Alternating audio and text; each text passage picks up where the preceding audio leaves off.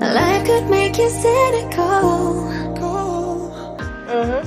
And all of them I won, and this case are not filed by individuals, they are filed by government, superpowers. And I have about 10 more, but I'm not afraid. I'm at peace with the truth. Maging ang kanyang dalawang anak na sina Bongbong at Amy ay kapwa may pwesto ngayon sa gobyerno. Mrs. Marcos, you have entered politics again, and so has your family. Senator Bongbong is in the Senate. We have Amy as the governor in Ilocos. It's not for the honor or the pride. I've been first lady there and all of that on top of the heap for a long time. No, not for that. It is the privilege for be able to give, to love. Do you foresee another Marcos in Malacanang? Well, I am only happy that my children, in spite of the fact that we have been so persecuted because of politics, the whole family, the children still love the Filipino people and the country. Believe na believe ako sa mga anak ko.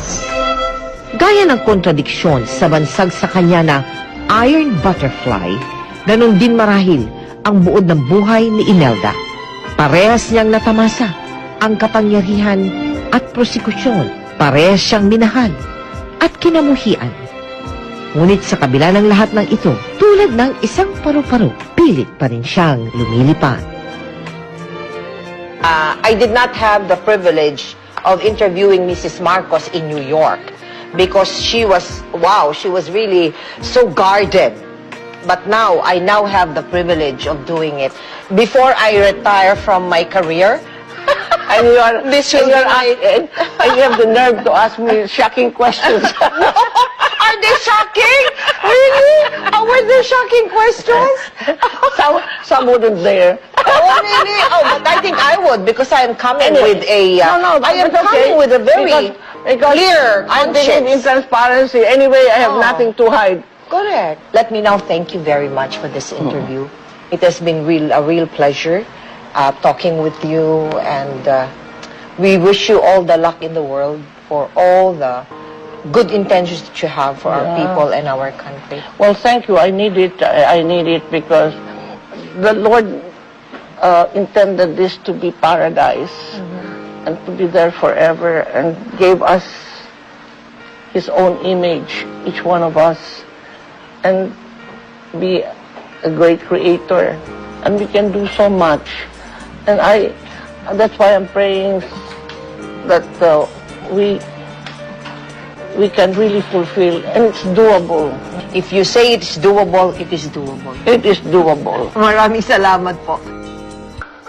But it shows deposits in the name of Ferdinand Marcos in a bank in Brussels, and it's for 987 billion dollars.